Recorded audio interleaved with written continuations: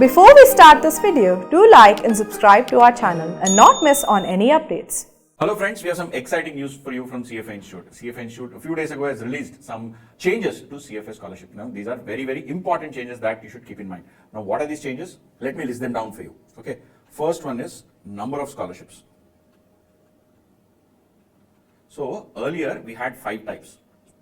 One was access, then student, then professor, then you have regulator, then women. Now, out of these, regulator and women are no longer there. At least that is what their web pages shows. Only these 3 are now there. These 3 are now there. These 2, regulator scholarship and women's scholarship, are no longer available. This is the first change. Number of scholarships, or rather number of types of scholarship. Let me reword it. Types of scholarship. Okay. Second change that they have made is change in scholarship amount. Okay. They have reduced it by $100 in case of access. Okay, they have reduced it by $100. The scholarship is reduced by $100, so meaning you have to pay $100 more. So earlier, if you had got an access scholarship, you would pay $300. Now instead of $300, you have to pay $400. This is the second change. Then third change. Now you have separate scholarship cycle for each attempt. I will explain this to you. Earlier, we had 2 scholarship windows and you would be awarded for next upcoming 5 attempts. And here also, this I am referring to access, because student and professor scholarship, they have different rules. I am not going to get into them. You can go to the CFA Institute website and check it out. I am primarily concerned about the access scholarship, which a lot of students apply for. Okay, so separate cycle for each of the attempts that you are applying for access scholarship. Okay, this is the third rule. This is the third change rather. I am going to explain it to you, by showing something, because it is difficult to explain it when I write and show it. Okay. Then, early registration and scholarship linkage. So, the scholarship date and the early registration date are very close. The scholarship announcement date rather. Scholarship announcement date is very close to the early registration date. Okay. So, this particular thing will actually help a lot of students. This will genuinely help a lot of students. Okay. Then what else? Yeah, these are the primary 4 changes. So let us go ahead and look at how these changes actually work out. So CFA scholarship changes. Let us have a look at the changes. And I'm going to, in this deck, I'm going to highlight specific things. Now, please note here, what is it that they have done? They have now specifically said that earlier you had 2 cycles, September, October, and Jan to Feb. Now that is changed to August, November, Feb, and April. This will start beginning August 24. From 24 onwards, you now have 4 cycles. Now, 2 cycles per exam year, 4 cycles per exam year. Now, once you get a scholarship, you could actually write in any of the next 5 exams. Now, that is no longer the case. If you get a scholarship, it is for a specific window. Which window is that? We will discuss later. But it is for a specific window. So, you apply for a scholarship. That scholarship is applicable for a specific exam window and not for next 5.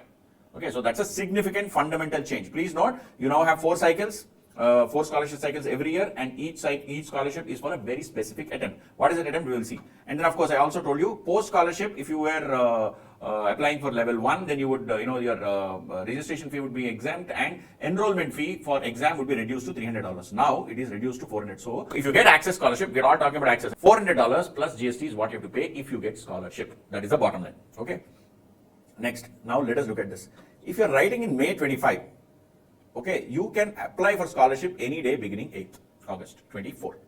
And the scholarship window closes on 26th August 24. So you have a 18-day window, 18 days. Here it is probably 19 days, and here it is probably 17 plus 3, 20 days. So broadly, 18 to 20 days window for scholarship. And window is for what? Application opening, application closing, that's the window. And you can apply for all 3 levels, right? You can apply in this window only. So level 2 exams are not conducted in February. Level 3 exams are actually not conducted in May and November. So this level 3 May doesn't work, level 3 November also doesn't work. For other attempts, for other levels, whichever exams are there at that particular point of time, you can apply for those. And you have to apply within this scholarship window. And when are the results announced? Results take 4 to 6 weeks. 4 to 6 weeks. They gave a broad range. 4 to 6 weeks. If you take, let us assume you take 6 weeks. 6 weeks is what? 6 weeks from end of the scholarship cycle, 26. 6 7s are 42. 42 days from 26th of August. What is 42 days plus 6 weeks? So you have entire September. You have 1 week of probably about 5 days of August and a week of October. So this comes to 6 weeks comes to October probably 8th or so, correct? Same way, 25th November, 6 weeks. So you take entire December off, 4 weeks are done. Jan, 1 week, and November last week. So you probably will, the scholarship results will come out by 8th Jan, 8/1/25, right? So why is this important? Because when you look at the actual deadlines, you will realize.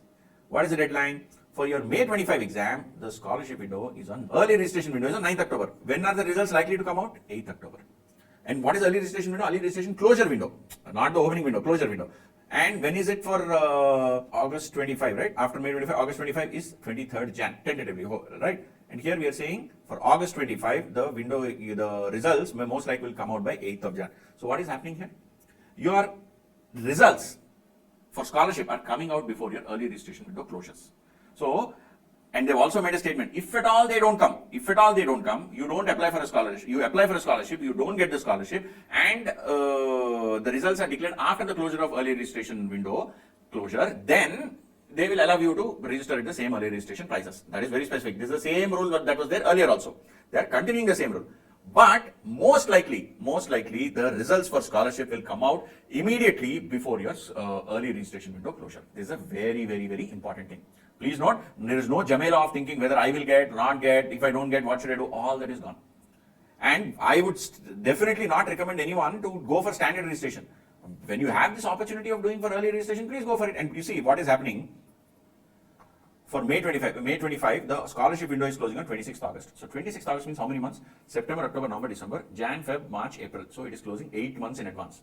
Early registration is closing on May 25 is closing on 9th October. So October, November, December, Jan, Feb, March, April. So it is closing 7 months before. So you have a 9-month gap for scholarship window, 7-month gap for early registration window, and a 3 to 4 month gap for a standard registration window.